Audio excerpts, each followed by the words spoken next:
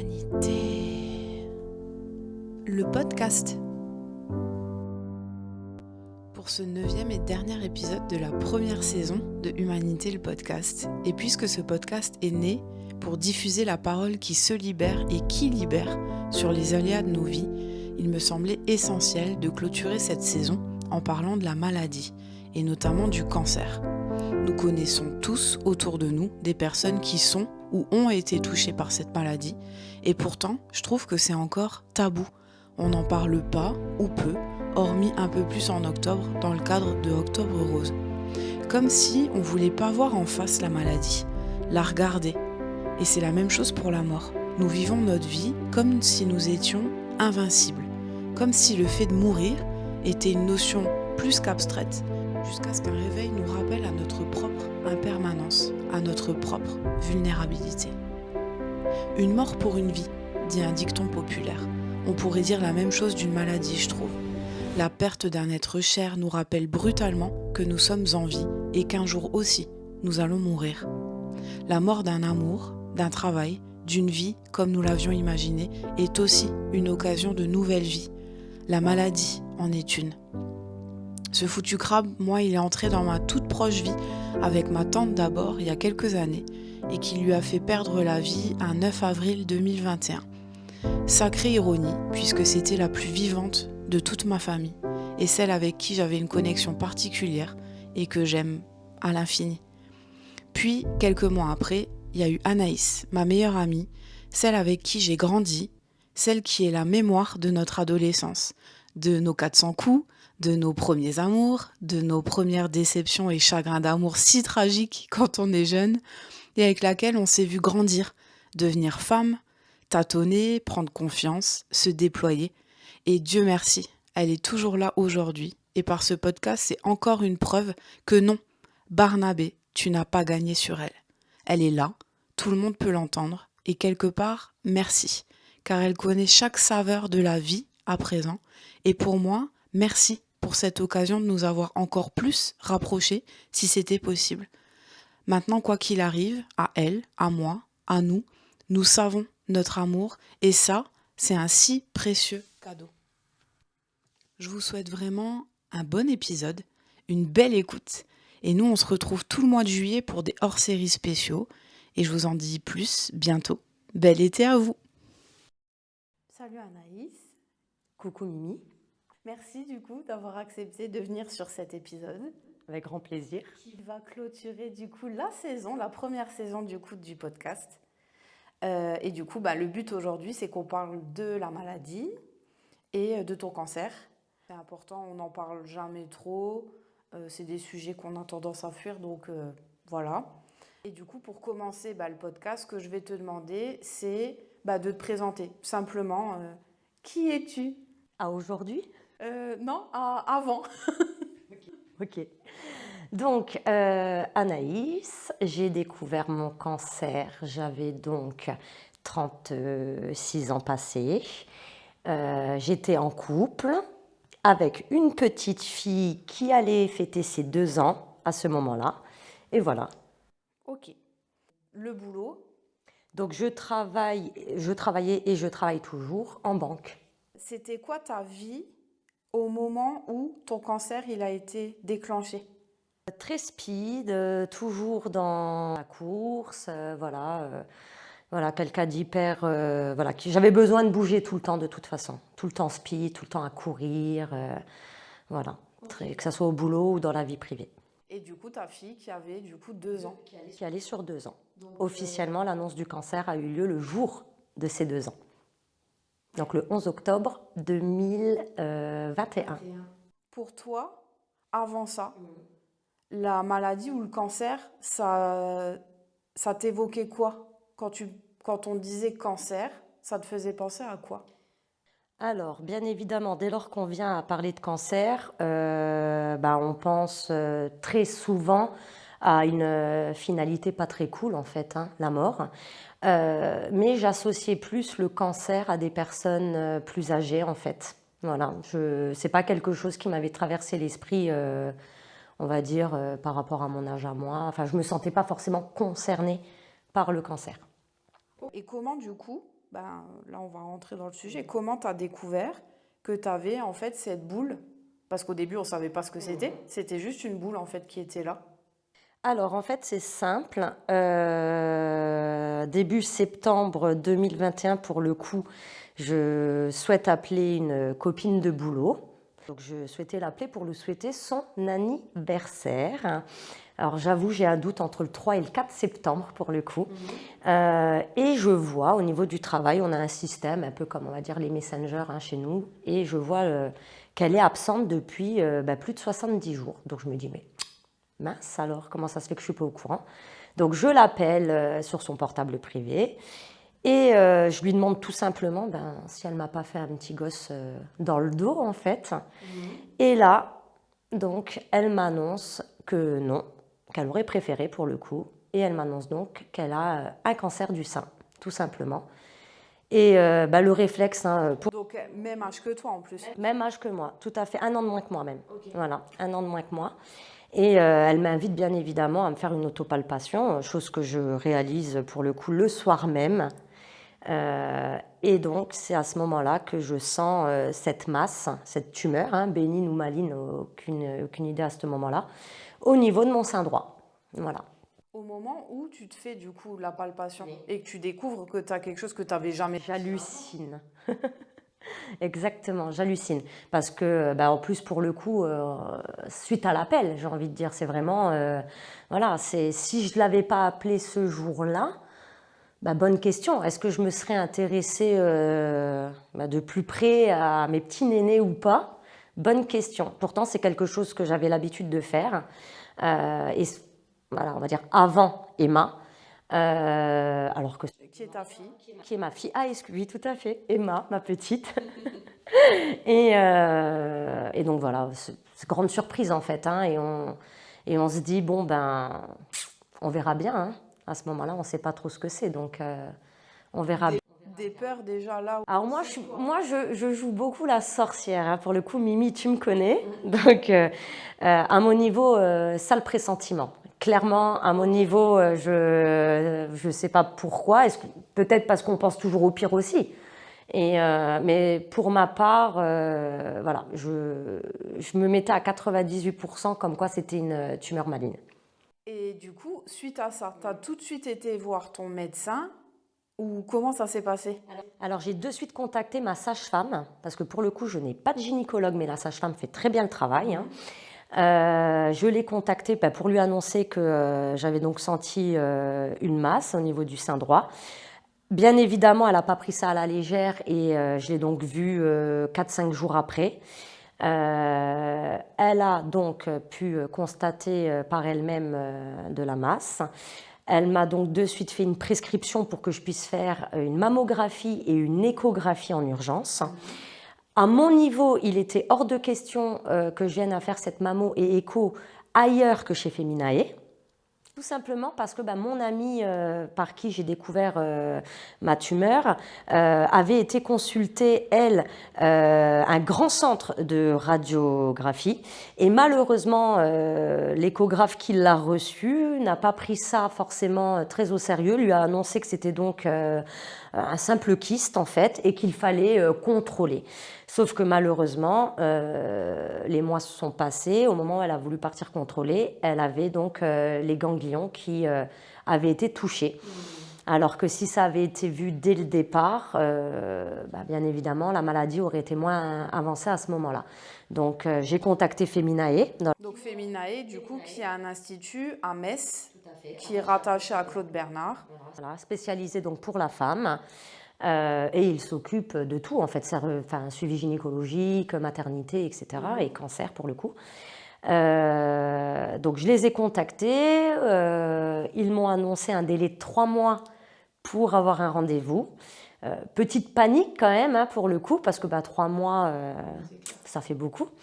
Mais en envoyant donc mon ordonnance, c'est donc la dame de l'accueil qui m'a demandé d'adresser mon ordonnance, que mon dossier serait étudié donc par un médecin directement. Elle m'a recontacté l'après-midi même pour me dire que je la revoyais 4-5 jours pareil après, tout simplement. À ce moment-là, du coup, moi, pour ma partie, je me souviens du fameux Thermapolis. C'était combien? Là, tu avais déjà pris rendez-vous, je me souviens plus moi. Il me semble que j'avais déjà dû faire, si j'avais déjà fait tout ce qui était échographie, mammographie avait été faite, mais j'avais donc une biopsie qui était prévue, biopsie qui aurait déterminé en fait quel type de cancer, parce que il en existe tout plein. Moi, de mon côté, j'avais pas encore l'annonce officielle comme quoi c'était bien une tumeur maligne.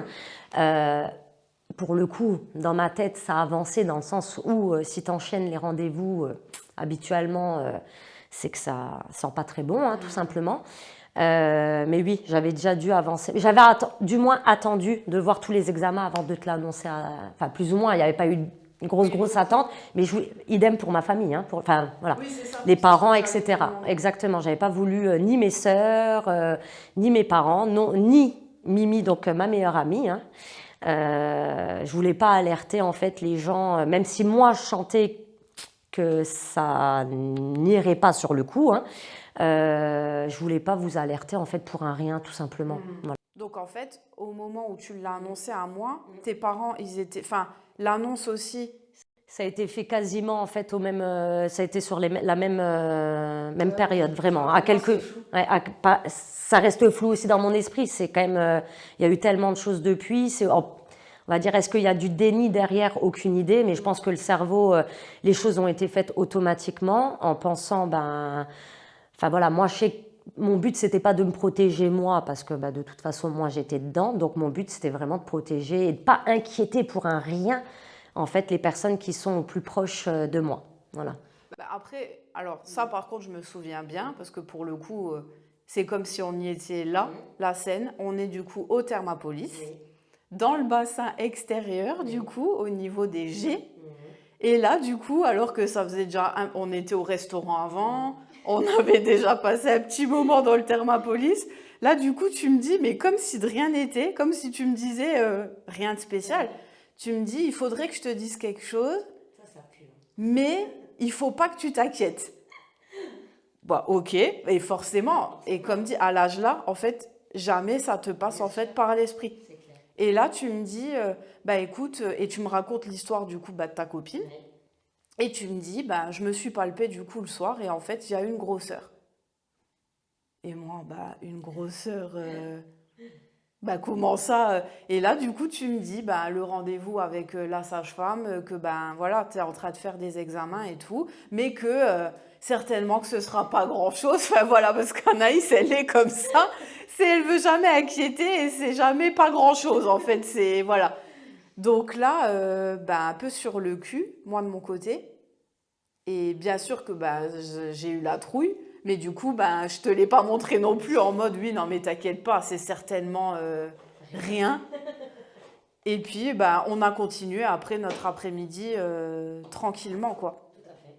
Mais là, du coup, pour toi, après, et ça, du coup, je m'en souviens parce que là, on était tous appliqués après dedans, c'était long en fait, le délai de biopsie ou je sais pas quoi. Alors en fait, ça paraît hyper long, mais il faut savoir que c'est hyper rapide. Pour le coup, quand tu es concerné de près ou de loin, j'ai envie de dire, soit tu es la personne malade, soit tu es l'entourage proche, chaque jour, chaque semaine paraissent une éternité parce que tu as juste envie que ça tombe en fait. Tu as envie de savoir, tu as envie soit de déstresser, soit de te lancer dedans en fait, rapidement. Si on regarde sur l'appel par rapport à Stéphanie, on va quand même la nommer, Steph, donc le 3 ou le 4 septembre, j'ai eu l'annonce officielle avec tous les résultats le 11 octobre. Donc si on regarde, entre-temps, j'avais quand même passé une écho, une mammo, j'ai eu un rendez-vous mammo pour reconsulter, j'ai eu une ou deux biopsies pour le coup. Donc en fait, c'est pas si long que ça. Et pour le coup, les médecins te rassurent en te disant de toute façon, madame, si cancer il y a, c'est pas en un mois que ça vient à évoluer en fait. Ça c'est quelque chose. Après, ça dépend des types de cancer, mais on n'avait pas encore le résultat parce qu'étant donné qu'on n'avait pas encore la biopsie de réaliser, voilà. On va dire, mais le délai, voilà, jusqu'au 11 octobre. Maintenant, avec le recul, c'est sûr que lorsqu'on est en plein dedans, on se dit, allez, moi je veux tout demain en fait, même aujourd'hui, annuler les rendez-vous des autres, vous me laissez arriver quoi. C'était justement au moment-là. Tu te rappelles, toi, dans l'état d'esprit du coup que t'étais? Alors, je pensais à ma fille. en fait. C'est pas que je pensais pas aux autres, loin de là. C'est juste que la première question qui se pose, c'est et si demain je suis plus là en fait. Voilà, autant pour la famille proche, les amis proches. Alors oui, bien sûr, hein, je sais très bien que ça aurait été une très grosse perte. Mais non, mais je veux dire, voilà, tout le monde est capable de s'auto-gérer, d'avancer dans la vie malgré la peine. Ton enfant, tu dis non, non, en fait, c'est pas, juste pas possible. En fait, c'est la seule chose que je me suis dit. Je le savais dès le départ que ça allait juste pas être possible. De toute façon, je connaissais la finalité. D'où le fait que je sois là aujourd'hui. Hein. Donc, on est le 11 octobre 2021. Donc ça, c'est le jour de l'annonce. Donc, qui est le même jour de naissance de ta fille. Exactement. Donc, c'était le jour des 2 ans d'Emma. Pour la petite anecdote, on avait une belle séance photo prévue à 17h le jour-là. Donc, avec mon ex-conjoint, hein, le papa d'Emma et Emma, hein, pour le coup. Donc Emma avait été gardée, il me semble, par ma maman. Nous, on était montés donc à Feminae ensemble, en salle d'attente. Donc j'ai une première infirmière qui vient me chercher. Donc bien évidemment, on se lève tous les deux en fait. Hein. Et là, la dame qui dit non, monsieur, patientez, on refait passer une mammographie à madame. Donc tu dis c'est quand même bizarre parce qu'on est quand même le jour de l'annonce. Pourquoi encore une mammo? Donc voilà, hein, je suis disciplinée, donc je suis. On fait la mammo, je repars en salle d'attente, une deuxième infirmière qui revient, je crois que c'était la même hein, d'ailleurs, elle vient me rappeler, on se relève donc avec Alexandre, on va aussi le nommer. Hein. Et pour le coup, elle redit non, monsieur, restez assis. Elle n'avait pas le sourire, elle, là c'est moi sur le moment, mais on refait passer une échographie à madame. Donc tu te dis, là clairement j'ai regardé Alexandre en lui disant, c'est bon, c'est mort en fait. Enfin, tu refais pas des examens le jour de l'annonce. Donc voilà. L'écho se passe, je reviens en salle d'attente. La 3e fois, et là on nous dit, c'est bon, le docteur va vous recevoir. On arrive dans une petite salle. Je me rappelle que c'est vrai que le bureau était hyper sombre parce que pour le coup, il venait à lire aussi les résultats de mammo d'écho. J'ai trouvé la doctoresse hyper discrète, mais vachement gênée en fait. Et c'est vrai que c'est pas une idée que je me faisais. C'est très bien, hein, mais je me dis, moi j'arrive dans la salle, tu la sens un peu gênée. C'était quoi ton idée? Pire que l'annonce là en fait. Okay. Parce que pour le coup, vu comme, pire oui, mais bien plus avancé en fait. Okay. Et donc, elle m'explique que je suis donc sur un cancer du sein droit triple négatif, qui est donc le cancer. Après, il existe plusieurs, mais le cancer le plus agressif, qui vient se développer hyper rapidement. Lorsqu'elle m'a dit ça, alors la sensation. Je m'y attendais en fait, comme si j'étais déjà prête en fait à cette annonce parce que mes ressentis depuis plus d'1 mois, j'ai pas eu je ne sais même pas comment expliquer, j'ai pas eu cette sensation de tristesse ou quoi, c'était juste ok, maintenant on a le mot sur la masse, allez hop on y va, go go go en fait. Hein. Donc on a parlé de la chimio et en fait c'est au moment où elle m'a parlé de chimio et elle m'a dit, parce que pour eux ça paraît logique, hein, je connaissais les effets de la chimio. Tout le monde sait que tu perds tes cheveux, tes poils, hein, d'ordre général, au moment de la chimio. Tu le sais. Mais au moment où c'est ton docteur qui te parle de chimio, c'est pas en fait, c'est pas quelque chose qui te vient en tête, en fait, mais vraiment pas. Et c'est au moment où elle m'a dit, mais vous connaissez les effets de la chimio, hein, vous allez perdre vos cheveux. Et en fait, c'est à ce moment-là que j'ai pleuré. Voilà. Parce que je pourrais te décrire là parfaitement ma sensation. Pour moi, ok, d'accord, je viens d'apprendre mon cancer, pas un problème, ça va aller en fait. On va faire la chimio, on va faire ce qu'il faut au niveau chirurgie, parce que dans mon cas, il fallait qu'il y ait une chirurgie en urgence hein, pour le coup. Mais ça n'allait pas changer en fait. J'allais toujours avoir la même tête, le même physique. La même vie en fait. La même vie, exactement. En fait, tout allait continuer normalement. Et en fait, au moment où elle t'annonce, tu auras une perte de cheveux, En fait, là, tu réalises, tu dis, mais non, en fait. Bon, pour ceux qui ne me connaissent pas, j'avais aussi les cheveux qui étaient très longs, d'accord, un super petit balayage pour les femmes qui nous écoutent. Voilà, donc tu te dis non, en fait, tu vas changer physiquement, mais ça va se voir, en fait, aux yeux des autres. Tu vas pas pouvoir faire semblant. J'aime bien faire semblant souvent, donc voilà. Mais tu vas pas pouvoir faire semblant, en fait. T'es malade, tu vas être dans un parcours. Mais en tout cas, je visais une seule chose, c'était la ligne d'arrivée. Voilà. Donc, après-midi même, il y a le shooting photo avec Emma. Exactement. Après-midi même, il y a un shooting photo. Alors, bien évidemment. Déjà, quand tu viens chercher Emma et que du coup, il y a ta mère. Alors déjà, voilà. Alors déjà, je sors de chez Feminae avec Alexandre. Première chose que je viens à faire, j'appelle mes sœurs. Il me semble que je t'avais aussi contacté. Voilà, pour annoncer en fait que voilà, le résultat était là. Que c'était bien un cancer, et j'attendais donc d'arriver chez mes parents pour leur faire l'annonce. Mais Emma, et là je m'en rappelle pour le coup très très bien, donc c'était bien mes parents qui gardaient Emma, je suis donc arrivée, ma mère a directement vu à mon visage la réponse, elle m'a prise dans les bras, petite larmichette, la seule chose que je lui ai demandé c'est pas devant Emma. Et donc bien évidemment on se retient, on se contient, j'ai embrassé ma fille.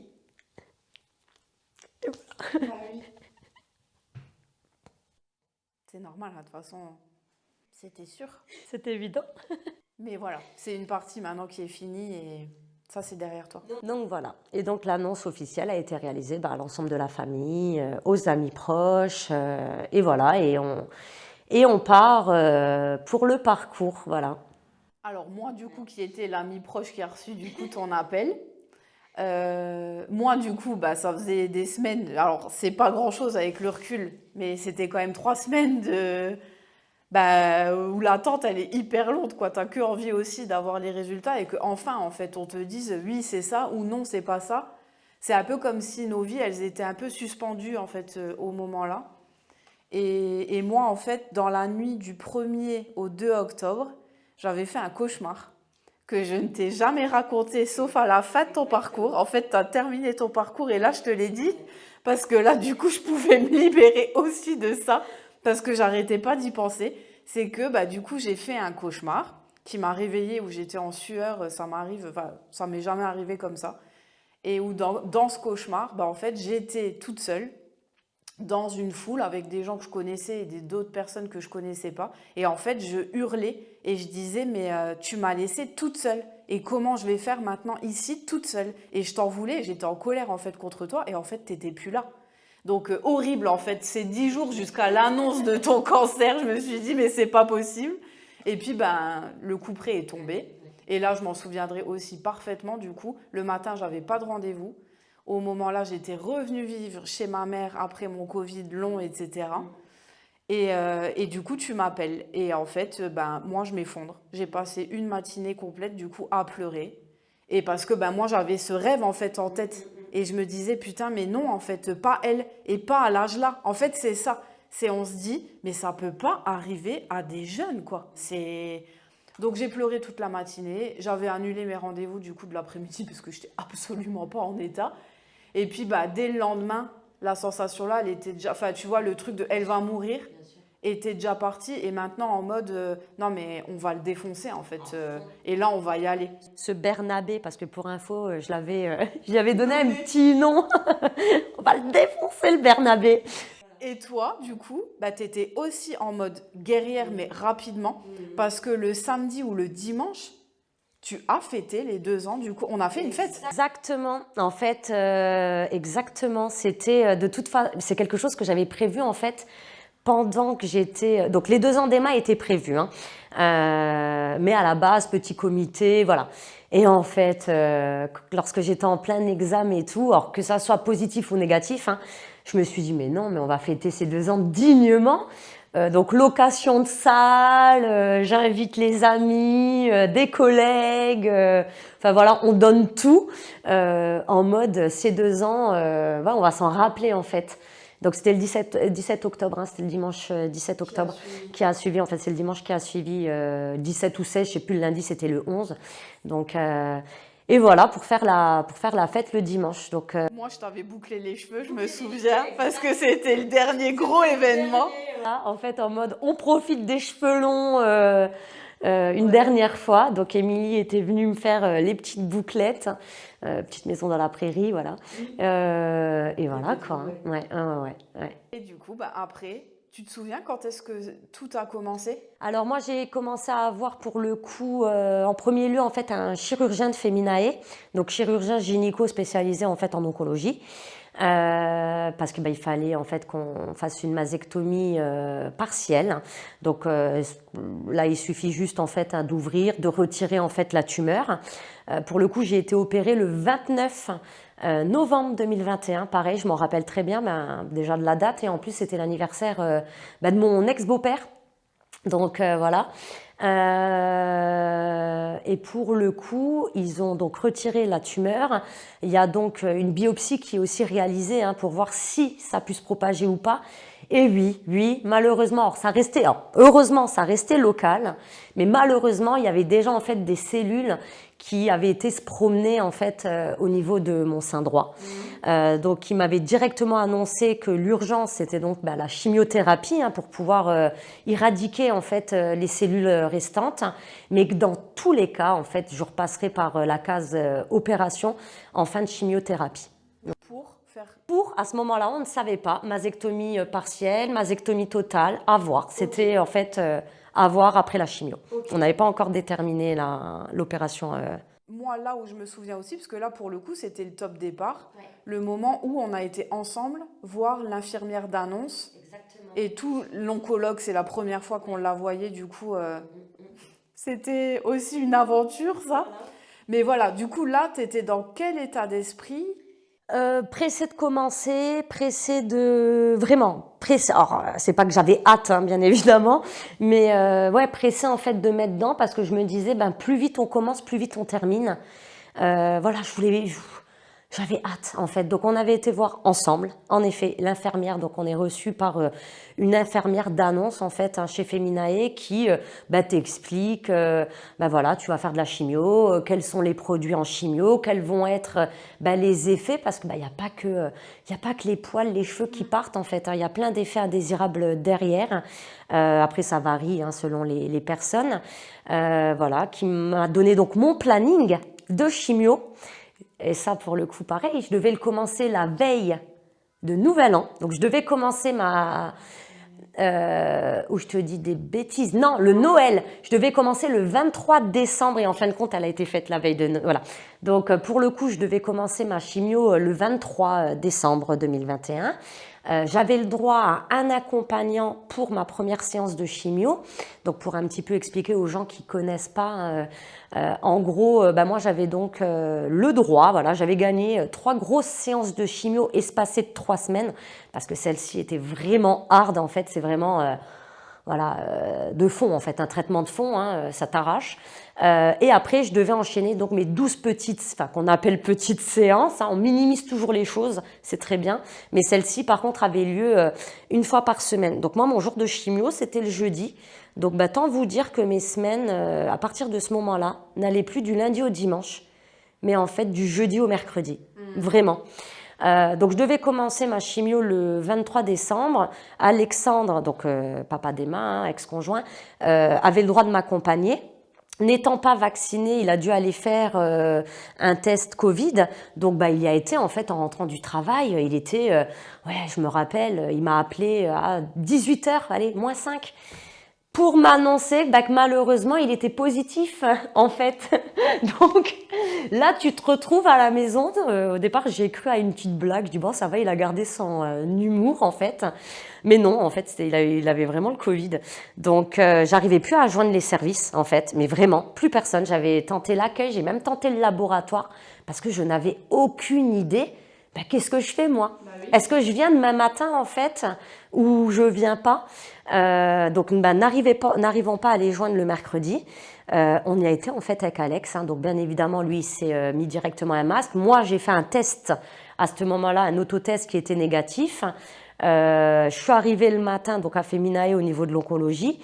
J'ai demandé et en fait, le docteur a dit non. on ne prend pas de risque, on ne sait pas si vous n'allez pas le déclarer derrière. On repousse, on redécale à 1 semaine. Donc, bon, ben, ma foi, voilà, hein, je me suis dit, merde, quoi, franchement, on était dedans, là. Donc, première chimio. Donc, première chimio qui avait été faite la veille de Nouvel An. Ça, c'était comment pour toi? Parce que, est-ce qu'on se fait une image de ce que c'est une chimio? Et ben, c'est surtout que pour le coup, j'y étais seule. Parce que, ben, autant ma première vraie chimio qui avait donc été reportée à Alexandre avait pu prévoir le coup, voilà. Autant sur la deuxième, je ne sais plus ce qui s'était passé, mais en fait, j'ai jamais eu de chimio accompagnée. Donc, je me suis mise en fait dans ma bulle, tout simplement. La première séance, ils vous accueillent bien en fait. Hein. Tu as le droit à une petite salle individuelle. Mais en fait qui fait encore plus morose qu'être avec le groupe. Enfin moi c'est comme ça que je l'ai ressenti. Après je sais qu'il y a d'autres personnes qui aiment bien être un peu isolées pour faire leur sieste ou toute autre chose. Moi perso d'être en groupe ça m'a jamais empêché de faire mes siestes. Donc voilà, première séance, j'étais dans une petite salle, télévision, on te propose à boire, on te propose à manger, les infirmières sont hyper sympathiques, voilà. Donc ça c'est la première. Donc pour le coup j'avais une sensation donc les effets indésirables à la suite de la première séance, c'était voilà, nausée, une sensation de tête lourde, de grosse tête en fait, comme si j'avais en fait une concentration de sang vraiment au niveau de la tête. Ça c'était vraiment le gros truc que j'avais ressenti pendant plusieurs jours. Nausée, t'es pas forcément bien, t'as pas forcément d'appétit, mais bon, voilà. Tu manges, hein. Enfin moi, pour pas que je mange, c'est vraiment... Donc là, j'arrivais encore à manger à ce moment-là. Sachez-le, ça allait. J'ai pas perdu mes cheveux de suite, ce qui est logique. Moi, ils sont tombés en fait juste avant la deuxième, parce qu'au bout du 17e jour, en fait, ils sont tombés. Donc petit choc quand même, énorme choc. Hein. Je suis là pour être... honnête avec vous et vous partager mon expérience, donc pas pour vous rassurer, hein, j'oublie mon côté, je rassure tout le monde. Ben, en fait, tout simplement, donc on avait déjà, à savoir, moi j'avais déjà été me couper les cheveux en fait au mois de décembre, hein, j'avais déjà fait une première étape et d'ailleurs en me tapant un délire parce que j'étais partie sur un blond polaire, donc je vous laisse imaginer. Et là, le jour où ils sont tombés, ben, en fait, je prenais un petit bain de détente pour justement à la base même soulager ces effets. Donc ça avait vraiment duré, hein, parce que enfin, les effets de tête lourde, etc. Et en fait, j'étais allongée dans mon bain. Et là, donc il y avait ma fille, hein, mon conjoint à ce moment-là, qui était dans le salon, hein, tout simplement. Et en fait, je me lève de mon bain, parce que j'avais vraiment la tête en mode, je me laissais bercer en fait dans l'eau, ça faisait vraiment trop du bien. Et en fait, je me lève, j'ouvre les yeux, et là, le choc, hein, en fait, t'as tous tes cheveux qui sont en train de flotter en fait autour de toi. Alors je savais qu'ils tombaient, hein, parce que pour le coup, moi, il suffisait que je chope en fait une petite masse de cheveux, je l'ai tirée comme telle, t'avais la racine, je savais. Donc là, en fait, le fait de m'être fait flotter dans l'eau, fait que tous les cheveux sont partis. Sauf du côté, il me restait 2 petites touffes en fait au-dessus des oreilles. Donc bon, c'était rigolo. En fait, il y avait un mélange de larmichette et de rire. Donc ma petite était là, hein. De toute façon j'allais pas lui cacher pendant des mois, c'était pas du tout le but. Ça aussi c'était une de mes priorités en fait, qu'Emma malgré son jeune âge soit au courant en fait de ce qui se passait. Donc Emma a entendu le mot cancer, Emma savait que maman n'allait pas être bien, on lui en avait parlé d'ailleurs avant que je commence les traitements, etc. Mais elle savait bien évidemment qu'elle ne savait pas à quoi s'attendre. Oui. Mais voilà, on en parlait ouvertement en fait. Hein. Et bon bref, les cheveux sont tombés, Alexandre est venu, m'a passé le coup de tondeuse, hein, voilà. Et c'est donc à ce moment-là que j'ai commencé à mettre mes turbans. Ma perruque était en cours de commande, il y avait eu un petit souci, ils n'arrivaient pas à avoir la perruque que j'avais commandée. Bon bref, ils avaient dû changer entre-temps, sinon je ne l'aurais jamais eu. Bon, moi pour le coup, hein, expérience, ça me plaisait pas du tout. Je me reconnaissais pas avec la perruque en fait. Prothèse capillaire. Bon voilà, moi j'utilise des termes classiques. Hein, Et donc voilà, moi j'étais énormément, en fait, je sais même pas si on appelle ça un turban, Mimi, parce qu'il recouvre la totalité de la tête, en fait. Turban, ouais. Donc voilà, moi j'ai beaucoup, et à la maison, en fait, rien, sauf quand j'avais froid à la tête, parce que bah, pour le coup, c'est vrai qu'on se rend pas compte, mais bah, sans cheveux, C'était en plein hiver. bah, c'était en plein hiver, donc big up aux chauves, pour le coup, voilà, hein, aux personnes sans cheveux, parce que franchement, ça fait froid à la tête, donc voilà. Et c'est tout. Et après, ben, deuxième séance qui s'est enchaînée. Et là, j'ai fait appel, Mimi, à toi. On a commencé en fait l'hypnose. Ouais. Voilà, pour pouvoir soulager toutes tous Tes effets secondaires. mes effets secondaires. Et voilà. Et je t'avais remercié à l'époque, hein, je te remercie encore aujourd'hui, voilà. Parce que ça avait super bien fonctionné en fait. Donc on avait fait ça au moins sur les grosses séances, ça c'est sûr. C'est là où tu avais le plus d'effets en fait. En fait, c'est ça, c'est ça. Alors la tête lourde, etc., mais pas du tout. Pour le coup, je l'ai pas. On l'avait faite la veille. Hein. On l'avait faite la veille de ma deuxième séance, et pour le coup, franchement, bien. Honnêtement, bien, bien, bien. Donc, je recommande. Honnêtement, je recommande de faire appel à Mimi ou à n'importe qui en fait pour pouvoir soulager vos maux. Oui. Voilà. Et du coup, moi, je vais faire la partie proche, du coup, au moment où les cheveux tombent. Donc, ce qui était bien, c'est que toi, tu l'avais anticipé, du coup, pour toi. Donc, tu avais décidé de faire ça. Et en fait, c'est vrai que, là, avec le recul, on peut quand même le dire, on est quand même resté hyper insouciante, avec le recul. En fait, il y a déjà eu, au moment de l'annonce, moi, enfin, pas de l'annonce, mais au moment où on va avec l'infirmière d'annonce, l'oncologue, etc. L'oncologue, c'était quand même...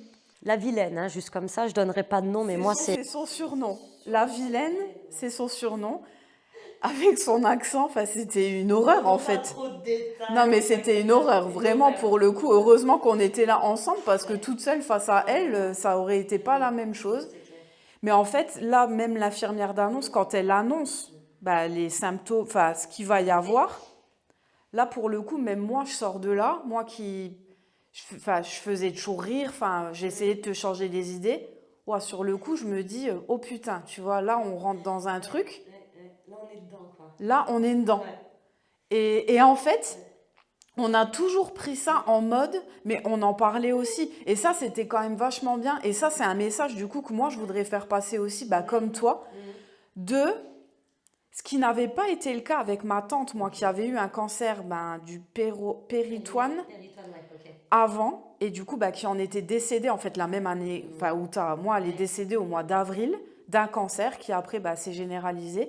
Et toi, du coup, c'était au mois d'octobre. Donc, bon, voilà. Et moi, en fait, c'est vrai que ma tante, qui était la première proche, très proche, qui a eu un cancer, en fait, tu vois la personne comme un cancer. Tu vois la personne malade. Donc, en fait, moi, c'est vrai que sur le coup, vu que c'était la première fois, et en fait, t'as plus les mêmes conversations qu'avant. Je savais plus quoi lui dire. Est-ce qu'il faut parler, tu vois? C'est bizarre. Tu te poses plein de questions, quoi. C'est plus comment prendre la personne comme si c'était une autre personne, en fait. Oui, tu vois, avant, tu parles de son quotidien, de son boulot. Là, il n'y a plus de quotidien, il n'y a plus de boulot. Donc, en fait, j'étais mal à l'aise. Et là, tu vois, avec l'expérience-là, je me suis dit, mais non, en fait, elle a une maladie, mais en fait, il y a sa maladie. C'est pour ça, d'ailleurs, qu'après, on l'a nommée. Mais il y a toi. Et en fait, toi, tu restes toi. Et du coup, ça a beaucoup aidé aussi de voir la personne reste la personne. C'est juste sa maladie. Et ça, du coup, c'est dans la façon de penser, ça fait déjà quelque chose de différent. Mais c'est super important, en plus, surtout même pour la personne malade, en fait, hein, parce que on est là, en fait. On n'a pas changé, en fait. Et justement, oui, je sais, tu peux être gêné, tu n'as pas envie de déranger. Ma foi, écoute, au pire, tu m'auras dérangé, j'ai envie de dire, pour les gens qui n'ont pas osé déranger. Au pire, dérange. Tu vois ce que je veux dire? On ne sait pas de quoi est fait demain.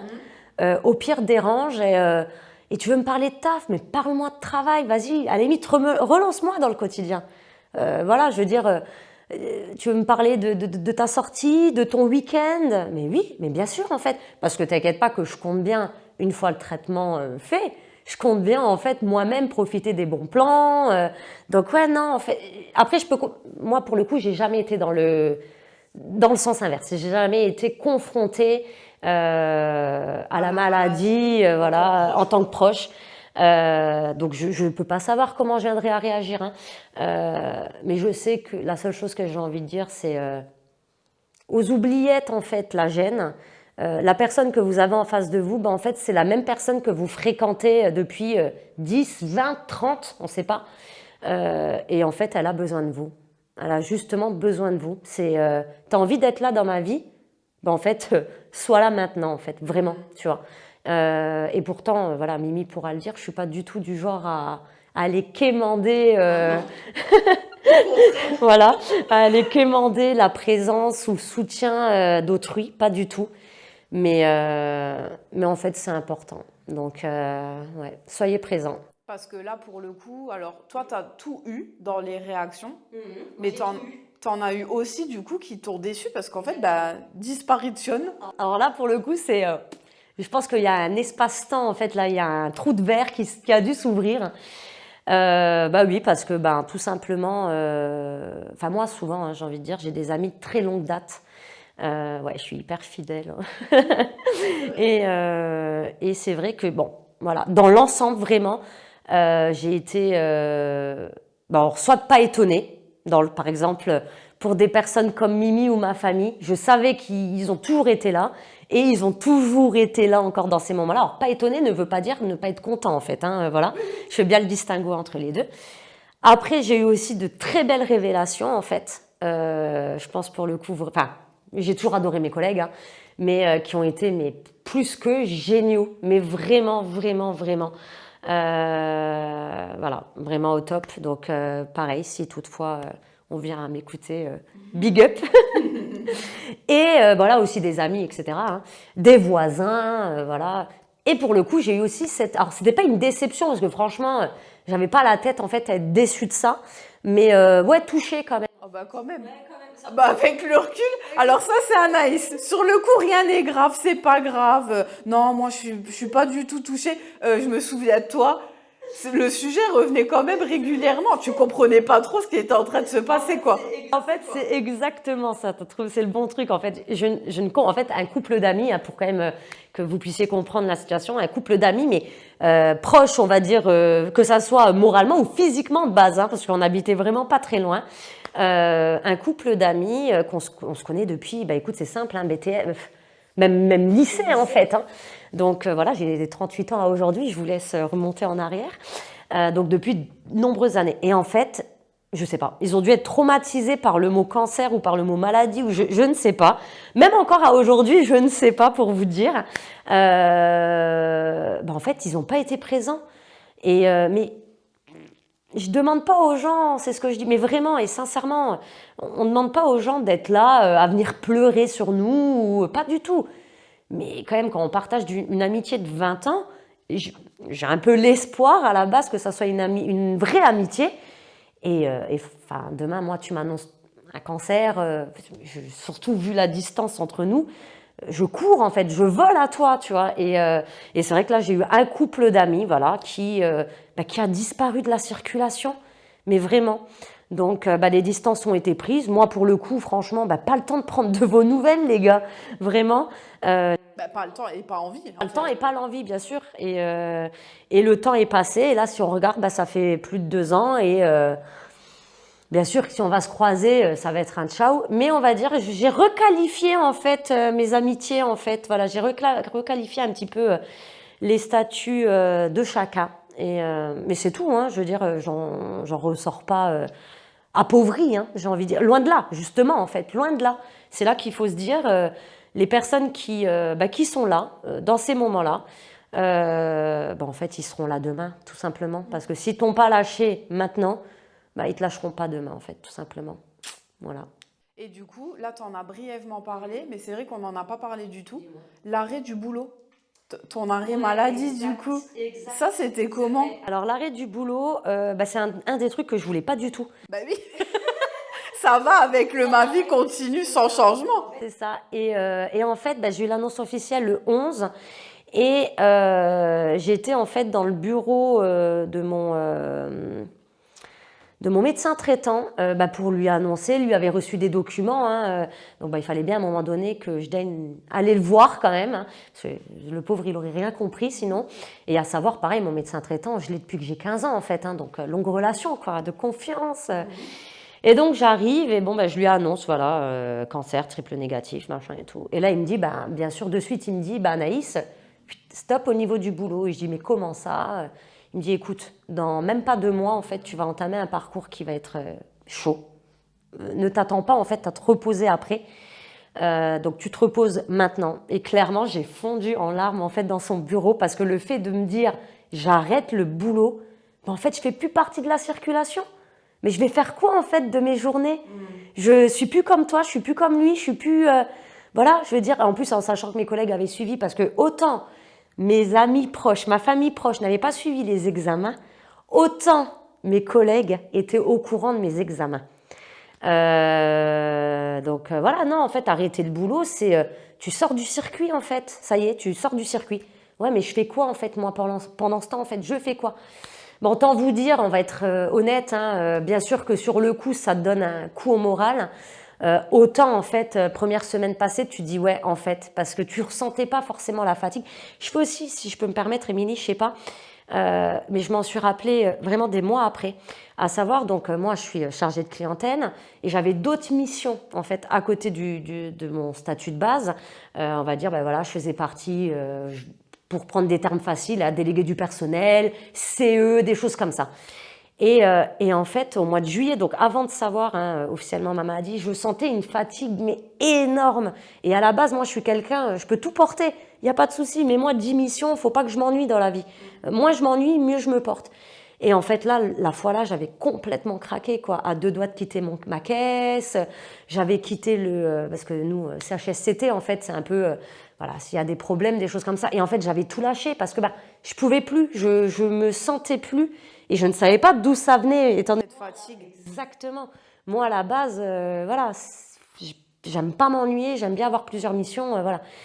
Et donc, pour revenir sur l'arrêt maladie, en fait, oui, au bout d'une semaine, 2 semaines, tu commences à prendre ton train-train à toi, tu te permets de te réveiller un peu plus tard. Bon, pareil, je suis hyper matinale comme fille, donc voilà. Et donc, l'arrêt du boulot, ça fait un choc parce que tu te dis, ouais, ok, encore une fois, ouais, c'est concret en fait. Tu vas pas continuer ta vie d'avant, non, en fait, c'est pas cumulable. Ta vie d'avant et ton parcours, là, ce n'est pas cumulable. Donc, je me suis dit, ok, c'est pas la vie d'avant, ok, ça va être une parenthèse dans ma vie. Et en fait, c'est à ce moment-là où c'est devenu une parenthèse dans ma vie, en fait, tout simplement. Et du coup, donc les chimios ont continué, les grosses chimios ont continué. Et puis, après, c'était parti. Non, tu as eu l'opération? Non, alors j'ai eu l'opération le 29 novembre, j'ai commencé les chimios le 30 décembre, j'ai eu mes 3 premières, ça allait jusqu'à mars, quelque chose comme ça, fin février. Je crois que début mars, je commençais mes petites chimios. Donc le petit train-train là qui commence vraiment, parce que quand tu as ta chimio de 3 semaines, c'est passé quand même 3 semaines. Alors bien sûr, le timing là est nécessaire pour s'en remettre. Mais c'est toutes les 3 semaines en fait, voilà.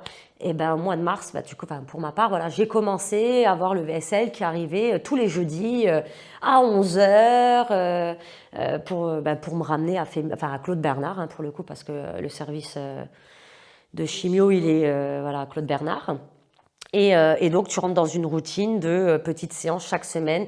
Tu vas chercher tes médicaments en pharmacie, parce que tu as des cartons en vrai de médicaments, vraiment, des cartons. Tu prends des médicaments tous les jours, t'en rajoutes la veille de la chimio, voilà. Et c'est là que je disais, vraiment, mes semaines ont commencé à devenir du jeudi au mercredi soir, en fait, parce que t'es pas bien pendant 2-3 jours, mais en fait, c'est énorme sur une semaine. Et en fait, quand tu commences à être bien, tu sais déjà en fait qu'il y a la prochaine qui pointe le bout de son nez.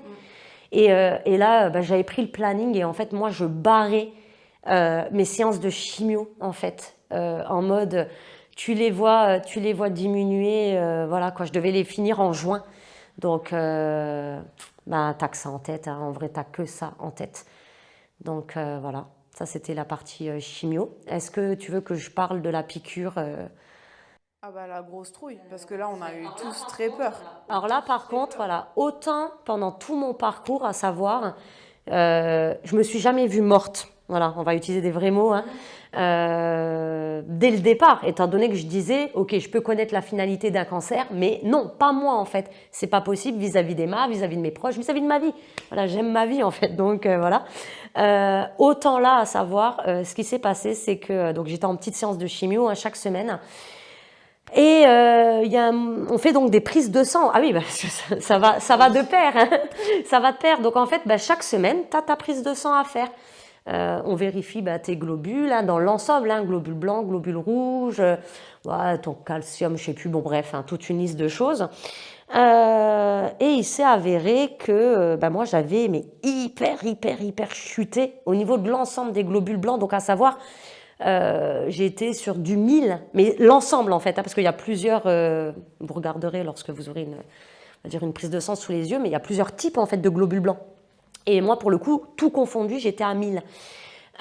Donc je vais voir la Vilaine, hein, l'oncologue, hein, pour petit rappel, moi c'était la Vilaine, et elle me dit, donc c'était un mardi, hein, mon rendez-vous, en vue de la chimio au jeudi, elle me dit, écoutez là vous êtes trop basse, je vais annuler votre chimio de jeudi. Par contre, je vais vous faire une piqûre. Alors, je m'excuse pour le nom, j'ai un doute, mais je dirais le Nevestim. Mais j'ai vraiment un doute, donc n'en tenez pas forcément compte. Hein. Mais en gros, j'avais une piqûre. C'est en fait une hormone de croissance. C'est pour te booster en fait ton système immunitaire.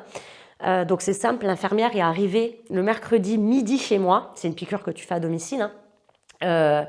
Tant vous dire que le jeudi midi déjà, je commençais donc vraiment 24 heures à ressentir qu'il y avait un truc qui allait pas, mais pas du tout. Je commençais en fait à être bloquée des membres. Donc tu commences en fait à flipper, tu as des douleurs. Pour vous dire, j'allais récupérer Emma, c'est simple, max à 18h chez Nounou. Et du coup, là, je sais pas, j'avais dû aller entre 17 et 18h. J'avais dû appeler la nounou en mode Tata Nounou, s'il vous plaît, vous pouvez me descendre, Emma, des escaliers. Je suis incapable, en fait, de monter les escaliers. Donc, ça avait commencé à partir du jeudi midi. Je m'étais dit, je ne savais même pas, j'avais franchement pas fait de lien, en fait, avec la piqûre, mais vraiment pas. Et, excusez-moi. Et donc, du coup, le temps passe, Emma rentre à la maison, Alexandre arrive, je lui explique ce qui se passe, mais bon, pas d'inquiétude. Je me dis, bon, j'ai une douleur, ça va aller. Et la nuit que j'ai passée, en fait, atroce. Mais quand je dis atroce, je ne saurais même pas en fait vous donner un degré de douleur tellement ça faisait mal. Je finissais en fait assise au bord de mon lit parce que je ne pouvais plus lever les jambes, je ne pouvais pas bouger les bras. Ne voulant pas déranger Alexandre, toujours comme d'habitude, en fait, hein, c'est moi, hein, c'est personne d'autre. Hein.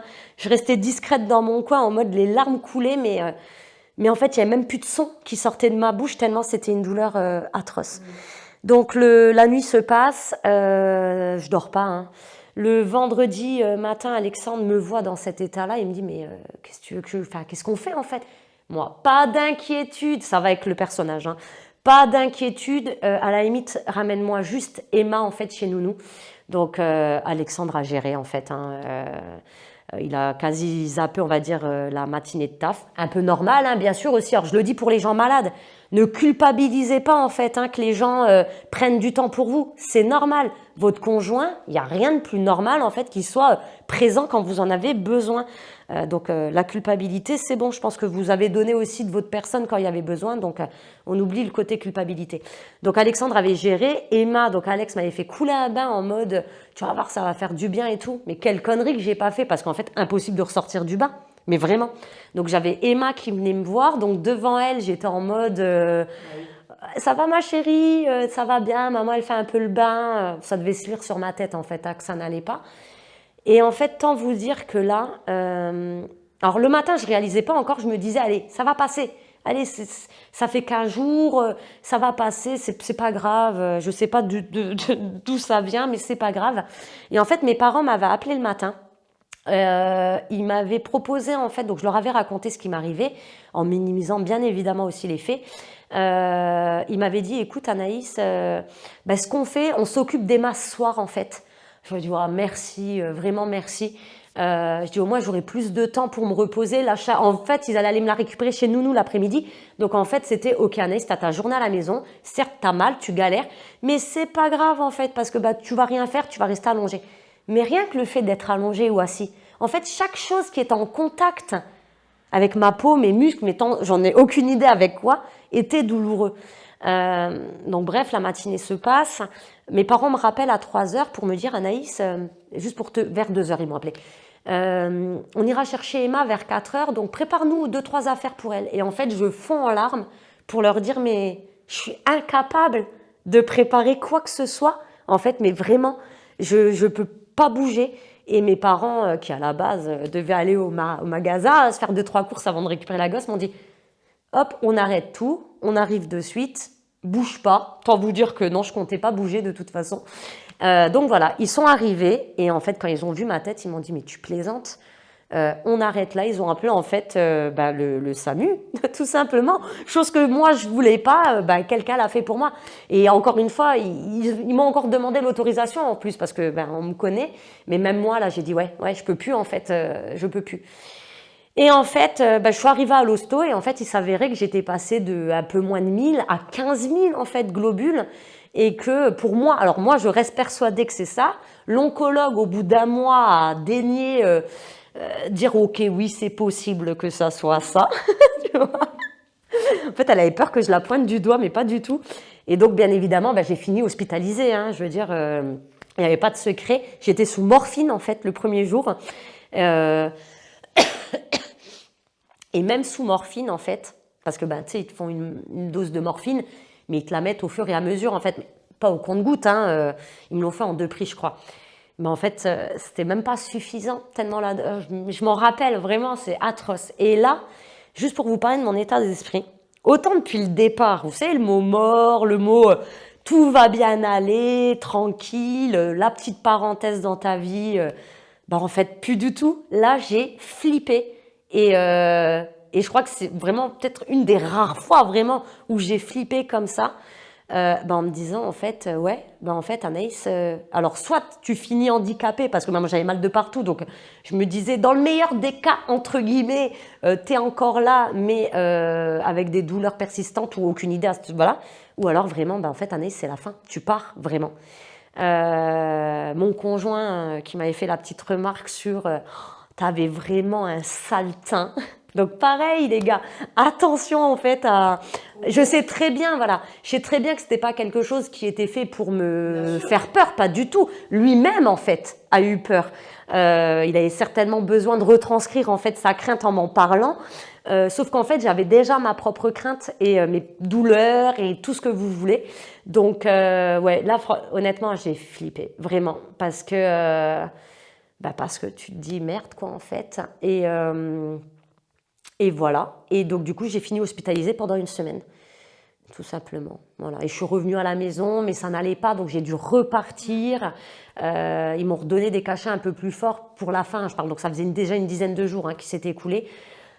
Je parle pas de mon expérience à l'hôpital. Si? Non? C'était un peu carnage en vrai. Hein. C'était un peu carnage en fait. Mais après, on n'en veut pas du tout aux infirmières, loin de là. Bien sûr, je le dis, aide-soignante, infirmière, on a franchement conscience que vous avez du taf à mort, vraiment. Moi, pour le coup, je pointe en fait encore une fois mon oncologue, en fait, la vilaine, qui avait oublié de lâcher en fait mon ordonnance. Ça veut dire que ça faisait 3 jours que j'étais à l'hôpital, j'avais toujours pas de prise de sang, j'avais toujours pas d'antibiotiques pour pouvoir traiter ce qui se passait.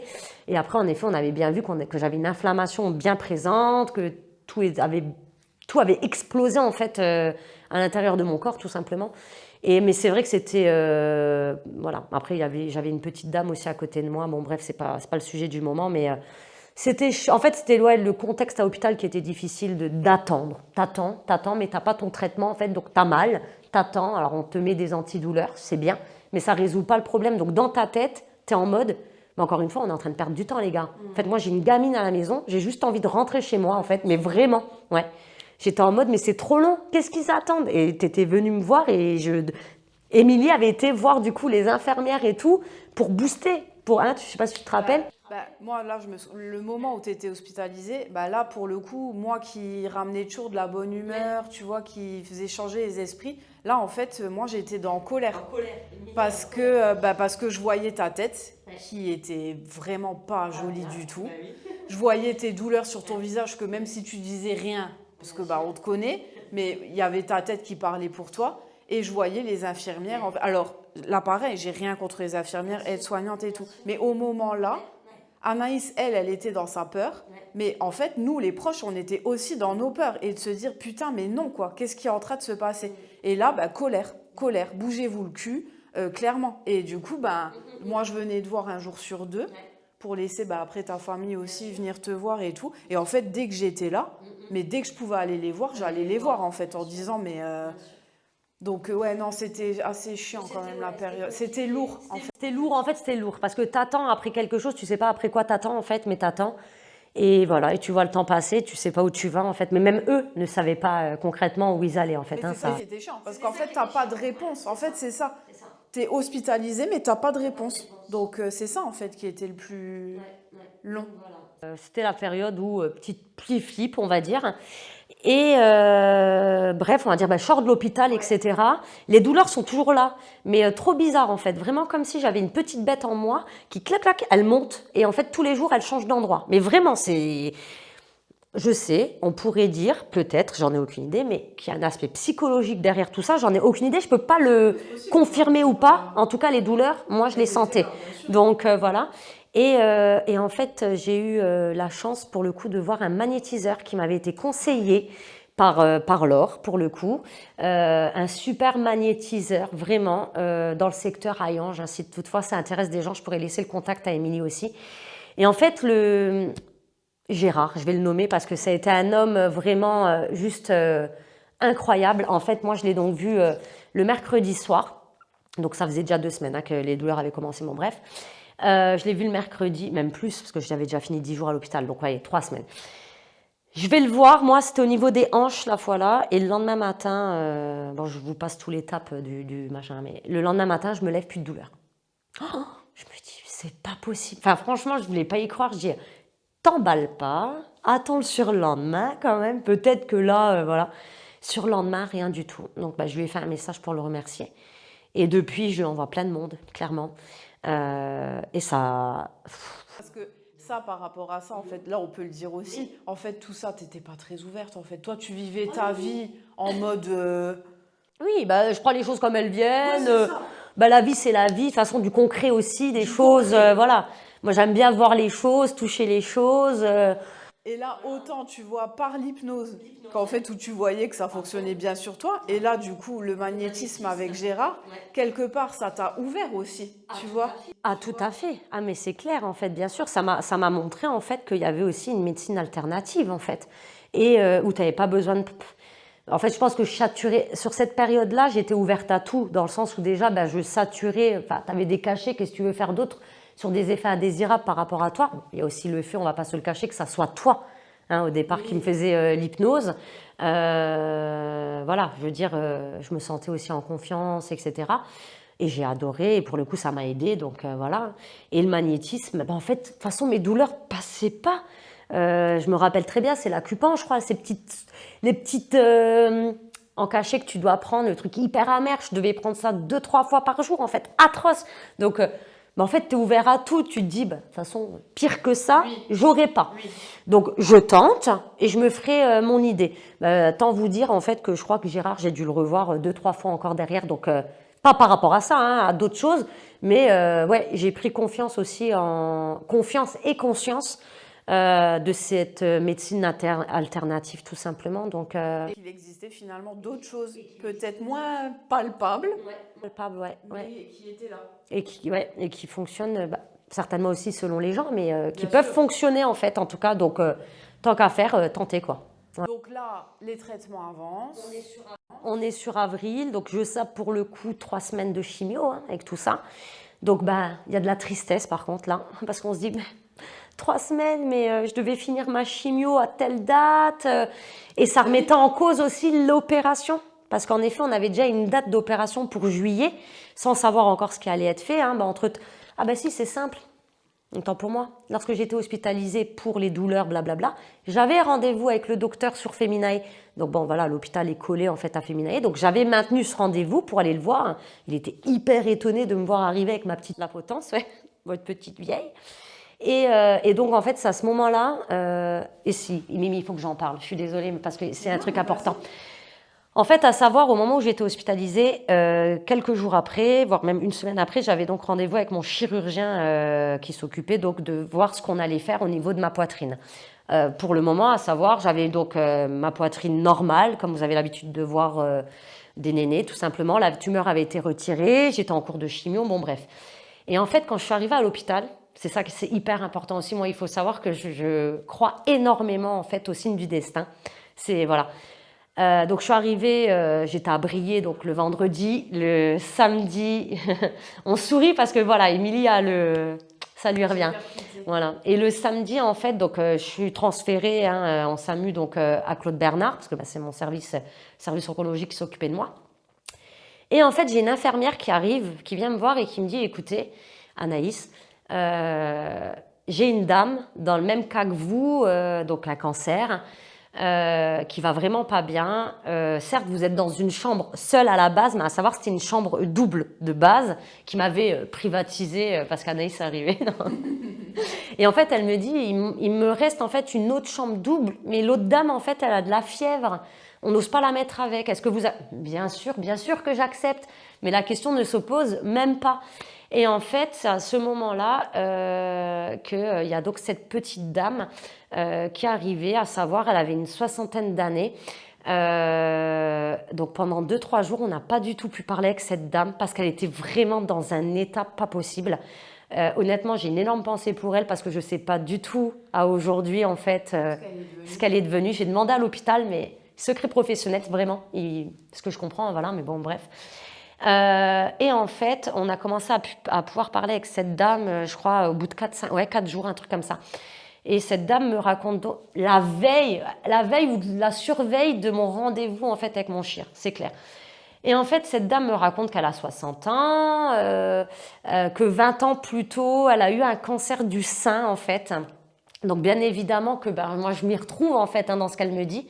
Et qu'à aujourd'hui, elle a donc qu'elle avait donc fait une conservation de sa poitrine, qu'on lui avait juste retiré la tumeur, qu'elle avait aussi eu de la chimiothérapie derrière. Bon, bref, un parcours classique. Mais bon, bien évidemment, qui datait des années 90, on va se dire. Donc voilà. Et en fait, à aujourd'hui, cette dame avait des métastases au niveau de l'abdomen, cellules primitif cancer du sein. Donc, est-ce que c'était son cancer du sein qui était venu se propager au niveau de son abdomen ou quoi, ou est-ce que c'était un nouveau cancer? Aucune idée, j'ai pas pu la connaître plus pour en savoir plus. Même elle savait pas me dire en fait. On a super bien parlé. Et en fait, quand je suis arrivée chez le docteur, donc chez mon chirurgien, en fait, moi j'avais la réponse à ma question parce que j'avais dit au chir en fait pendant 6 mois, je lui ai dit. Je me positionne pas en fait sur l'opération. Presque la vie m'ouvrira la porte vers quoi je dois vraiment me diriger. Et en fait, quand j'ai entendu cette dame, cancer du sein 20 ans avant, donc en gros elle avait mon âge, conservation des nénés, et aujourd'hui 20 ans plus tard, tu as sa famille en fait qui la pleure, non pas parce qu'elle est partie, mais parce qu'en fait récidive. Non, en fait non, dans ma tête ça a fait qu'un tour. Je me suis dit mais c'est mort en fait, juste pas possible. J'ai donc opté pour une mastectomie sous-cutanée. Donc juste brièvement pour expliquer la différence avec une mastectomie totale, j'ai eu la chance en fait, mais vraiment la chance de conserver tout l'extérieur en fait, tout ce qui est téton, la peau, voilà mon sein à l'extérieur. Je ne vais pas dire que c'est le même de base. Bien sûr qu'il y a les cicatrices qui passent au milieu, l'alvéole a été un petit peu bouffée, mais c'est tellement rien en fait par rapport déjà à ce qu'il aurait pu avoir et aussi par rapport à ceux qui n'ont pas la chance de pouvoir avoir cette mastectomie-là. Donc voilà, en tout cas, le choix avait été fait à ce moment-là grâce à cette dame. Et donc, opération. Voilà, donc les chimios se terminent. À la base, je dois être opérée au mois de juillet. Mais étant donné qu'il y a eu ce décalage de 3 semaines, chimio, etc., donc on ne pouvait plus le faire en juillet, il y avait trop de risques en fait infectieux, etc. Donc elle a été reportée au mois d'août. Voilà. Et encore une fois, psychologiquement, c'est un truc de dingue, mais je le remarque en tout cas sur les gens que j'ai pu côtoyer. Alors que j'avais été opérée une première fois, alors que j'avais fait tout un parcours de chimio, etc., en fait, non, j'avais pas encore l'esprit tranquille. Il fallait qu'il y ait cette opération parce que je savais que les cellules étaient parties, en tout cas dans mon sein. Logiquement, dans une logique, oui, la chimio a dû les défoncer, c'est clair à la base. Mais pour moi, c'était pas clair. Il fallait qu'on m'enlève ma poitrine. Ah oui, parce que j'ai fait le choix du coup pour le coup de faire du bilatéral. Voilà aussi. Je veux plus de terrain en fait. Je voulais plus avoir de néné.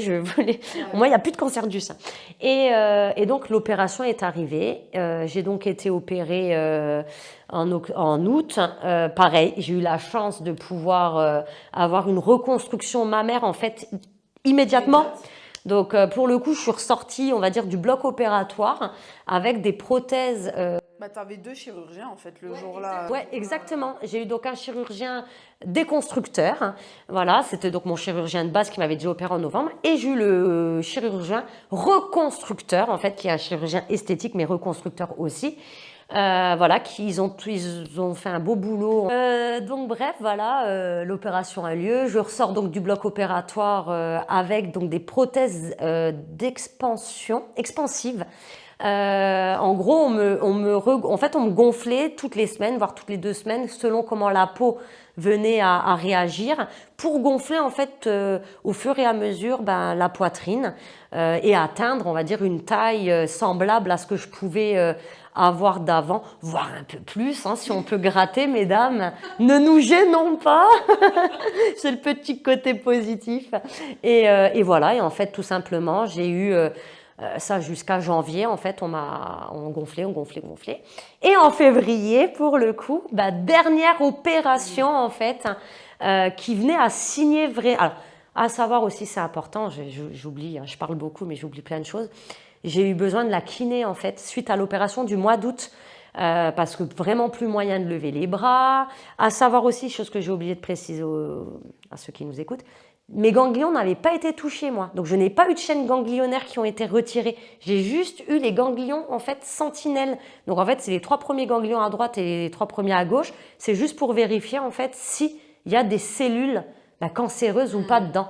Donc, pour quelqu'un qui va avoir, en plus, les chaînes ganglionnaires de retirer, etc., c'est sûr que de la rééducation est nécessaire, vraiment. Moi, j'arrivais plus à lever les bras. Les peaux sont tirées, en fait, entre l'aisselle et la poitrine, tout simplement. Voilà. Et en fait, pour finir, en février. Et puis ce que tu as fait aussi qui allait du coup avec la kiné, c'est les dames de cœur avec l'escrime et tout, où du coup ça t'aidait aussi finalement.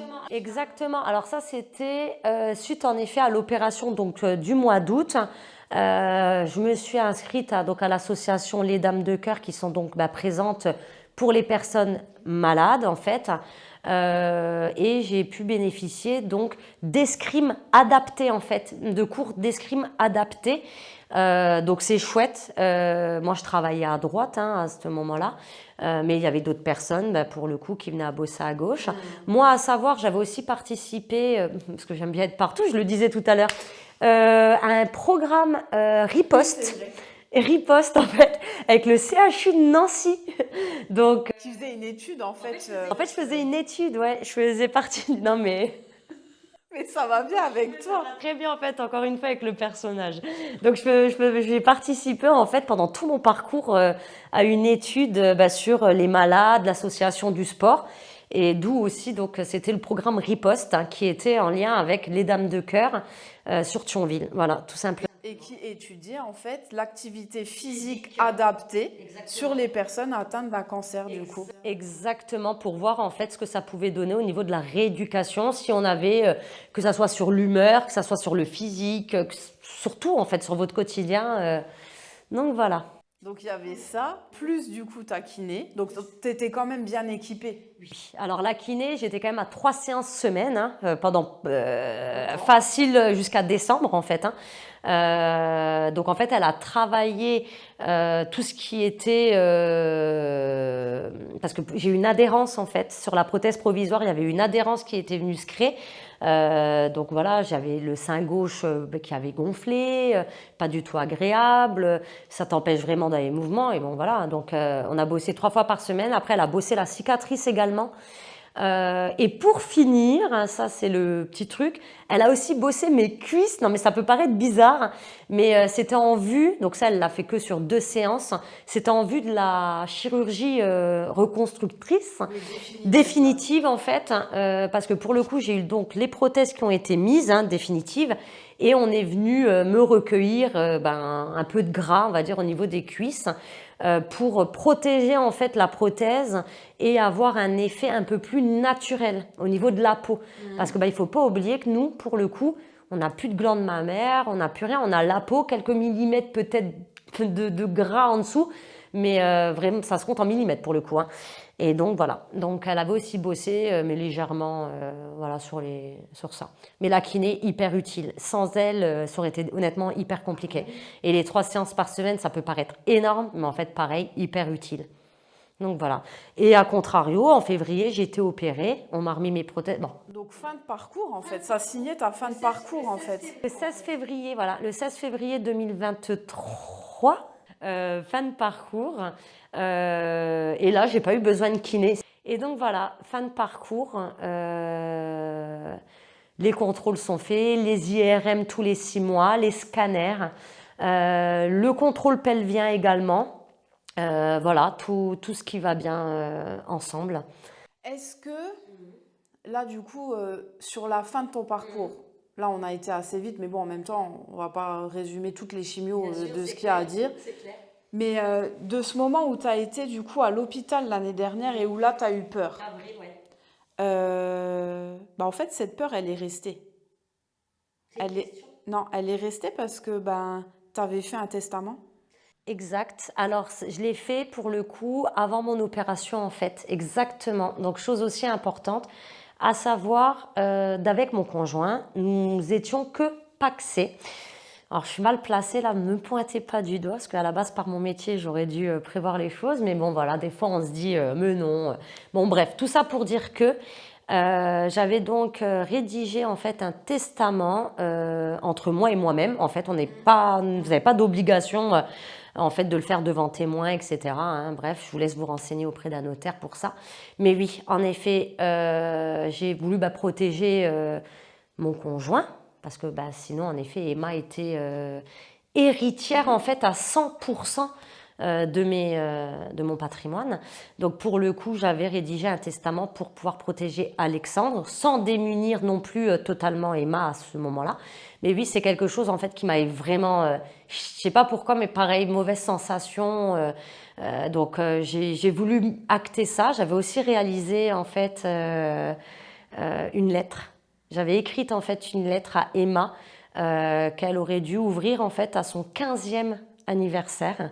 J'ai gardé la lettre et je la garderai en fait jusqu'à son 15e anniversaire. Et donc elle recevra en fait ce courrier-là, mais je lui remettrai en fait exactement, je lui remettrai en fait en main propre. Et voilà.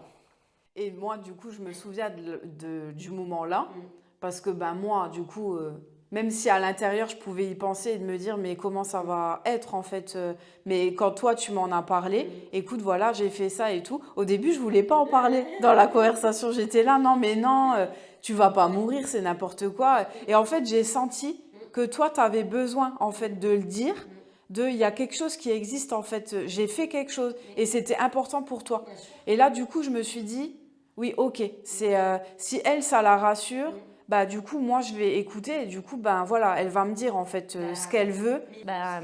Mimi, c'était un peu la personne, on va dire, de confiance à qui je transmettais plus ou moins mes instructions. Hein. Ouais, donc voilà, et le but, c'était de ne pas inquiéter le conjoint ou la famille.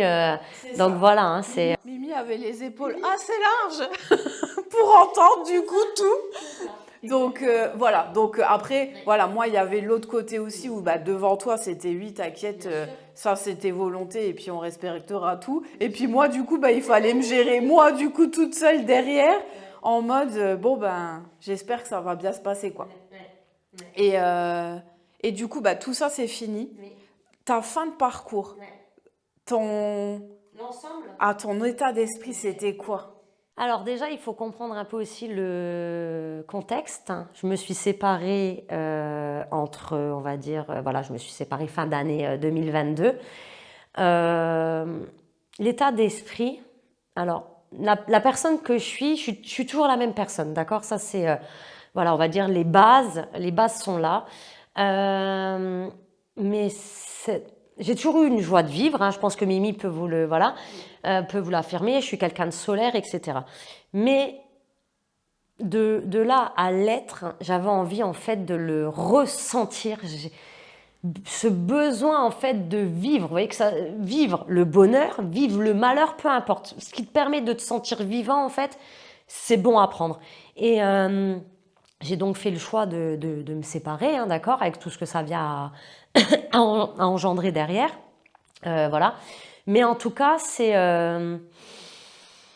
ok, je vis, je suis là, je suis vivante, j'ai envie de profiter de chaque moment. Comme j'arrête pas de répéter à Mimi, hein, c'est je prends les choses bonnes, les ondes négatives, je n'en veux pas en fait. Les ondes négatives, j'en veux pas.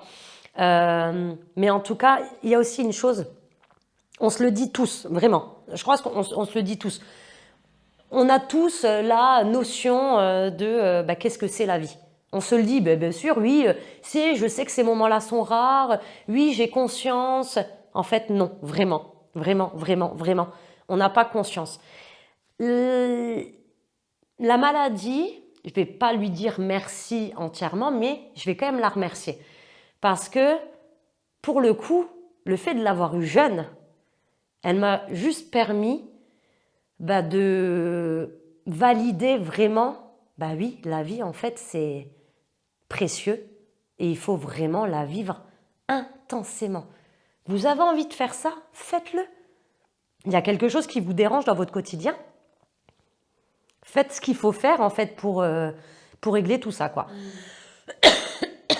Donc voilà, c'est juste profiter de la vie, savourer les moments avec vos proches, avec vos collègues, avec tout le monde en fait, avec les gens que vous appréciez.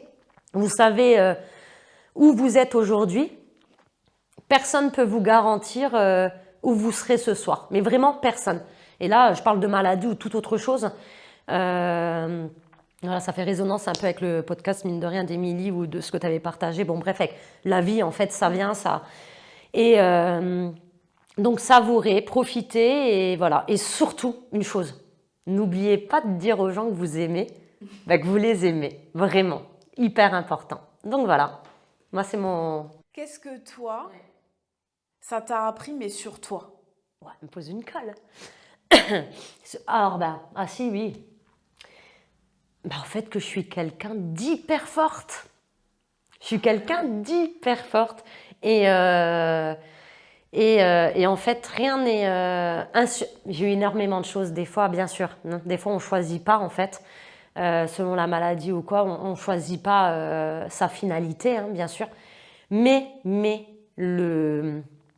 l'humeur, le mental, en fait, c'est comme tout, hein, que ce soit dans le sport, dans la vie, peu importe, et dans la maladie. Le mental fait énormément. Croyez en vous, en fait. Vous avez la capacité. Ça, c'est vrai que tout le monde me le dit, en mode Anaïs, je t'admire. T'as été trop courageuse, t'as trop de force. J'en aurais été incapable. Je vous arrête de suite, en fait.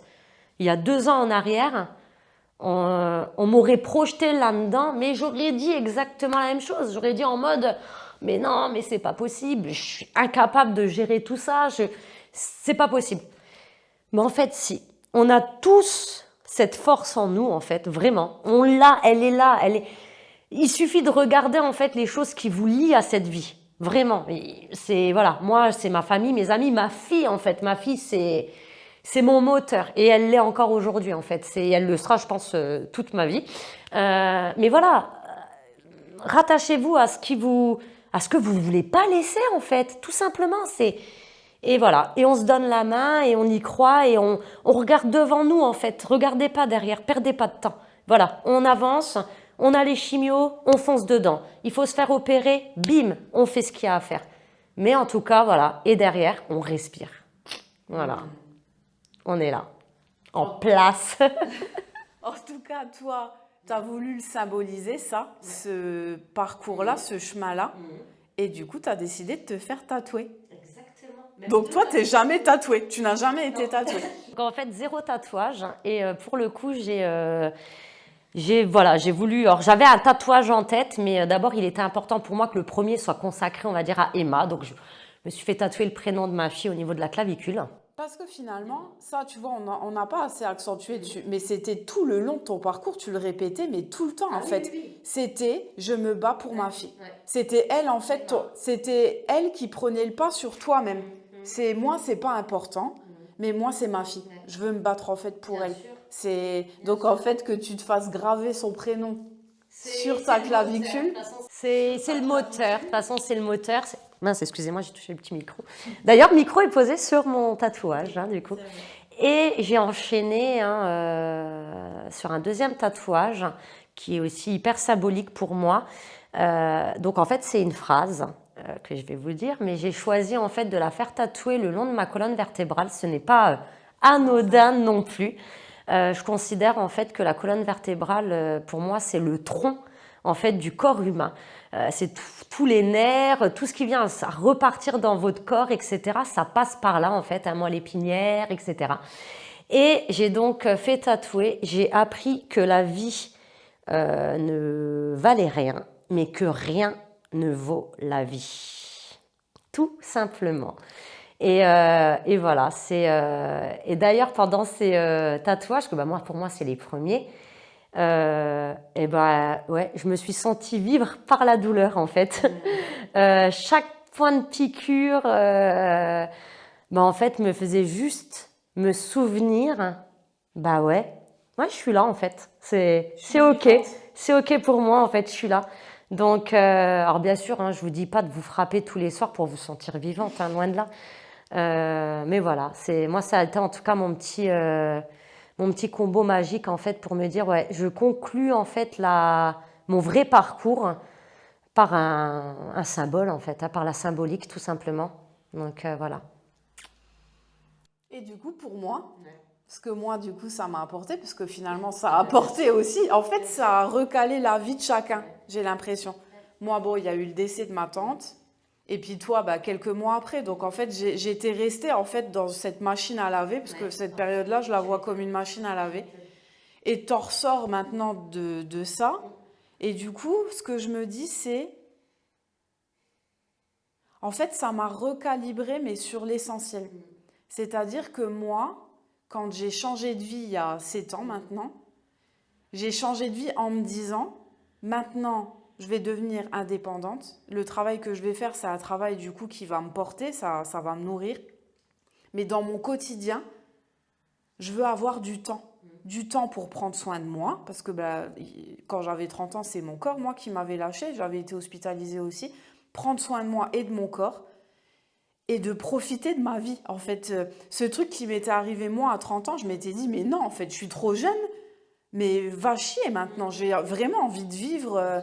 et de me sentir vivante. Donc, profiter du temps pour moi et profiter du temps avec mes proches que j'avais plus le temps de voir en fait avant et de partager des moments de qualité.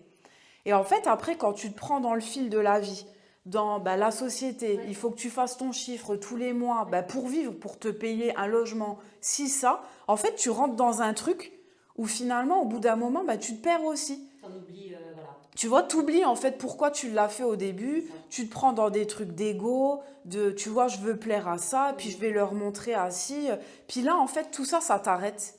Et tu te dis, en fait, tu te reconnectes à pourquoi tu l'as fait au début. Et moi, là, je suis contente en fait d'avoir pu le faire et je suis contente d'avoir aujourd'hui la société qui me permet d'avoir du temps pour moi, de choisir quand je travaille ou pas. Il y a des moments où, voilà, tous ces moments-là, j'ai pu en fait les passer avec toi.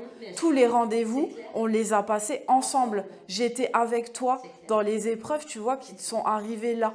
j'aurais été là jusqu'au bout et peu importe, tu vois, et je suis toujours là, tu vois, aujourd'hui, et on passe toujours des moments de qualité, tu vois, aujourd'hui. Et tout ça, quand je vois ça avec le recul, je me dis, eh ben, cette vie-là et ce choix de vie que j'ai fait, même s'il a tout été sauf confortable, euh, mais ça vaut tout l'or du monde. Tu vois, aujourd'hui, et j'ai vraiment ça, et ça fait peut-être 2 ans maintenant que j'ai vraiment conscience de ça, j'ai une gratitude en fait énorme parce que je me suis offert ça. Et ça, c'est un luxe en fait, mais aucun argent ne remplacera le temps que j'ai pu passer en fait avec toi. Tu vois, le temps que j'ai pu passer avec ma tante, tu vois, les derniers temps, etc. Tout ça, en fait, aucun argent n'aurait pu m'acheter, en fait, ces moments-là, tu vois. Donc ça, déjà. Et puis après, ben, ça a fait aussi quelque part du tri. Parce que, ben, au moment-là, j'étais là pour toi, j'étais là ben, pour mon deuil aussi, pour ma famille, etc.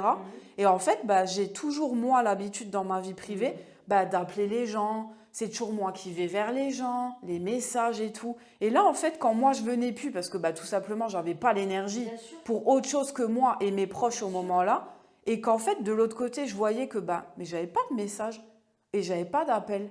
Mais je me dis, mais ok, mais en fait, ils étaient là pourquoi? Tu vois? Et là, en fait, ça te remet. Alors, il n'y a pas du tout de colère, tu vois, comme toi avec celle que tu partageais dans ta relation, mais tu te dis juste, bah ok, ils étaient là à une période de ma vie, mais moi, est-ce que c'est ça que j'ai envie? Tu les reclasses. Tu dis, est-ce que ça, j'ai envie de ça en fait dans ma vie? Non, non. Moi, j'ai envie de gens qui prennent soin de moi comme je prends soin d'eux. C'est vraiment ça, tu vois. Et aujourd'hui, quelque chose qui est hyper important, et c'est hyper important pour toi, la réciprocité. Et le rôle d'aidante, mais bon, ça serait encore un autre sujet, en effet.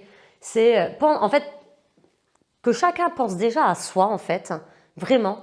Et après, bien sûr, ce qu'on peut apporter à nos proches, etc. Mais on a beau dire ce qu'on veut, on n'attend pas la même chose de l'autre côté. Mais si, en fait, c'est pas qu'on l'attend, c'est que ça en devient nécessaire. Je veux dire, c'est voilà, tu peux pas faire que donner, puiser dans ton énergie, en fait, et ne rien recevoir. Donc, tu as aussi le droit de recevoir, tu as le droit, voilà. Donc, Et ça, j'en suis consciente, tu vois, aujourd'hui aussi. Donc, tu vois, ça a apporté aussi plein de choses. donc après, si je peux dire, n'attendez pas la maladie, peut-être pour essayer de vous recentrer. Donc après, si je peux dire, n'attendez pas la maladie, peut-être pour essayer de... Bah, justement, en fait, la dernière question du coup de l'épisode, c'est si tu avais quelque chose à dire à quelqu'un ou à un groupe de personnes, enfin, tu vois, qu'est-ce que tu pourrais dire? Oh, bah, ça va un peu rejoindre ce que j'ai dit, voilà. Mais en gros, bah, même si on a l'impression d'avoir conscience, ça va être compliqué ma phrase, hein, mais même si on a l'impression d'avoir conscience, de connaître la valeur en fait de la vie, prenez-en vraiment conscience. Enfin, débrouillez-vous comme vous voulez, mais ouais, savourez chaque moment, savourez chaque minute que ça. Voilà, vraiment. J'ai pas grand-chose à rajouter parce que je l'avais déjà un petit peu dit avant, mais voilà, et c'est tout. S'il y avait un mot qui serait en fait un souhait pour toi, ton mot à toi, ce serait quoi? Pour maintenant et l'après? La zen attitude. Moi,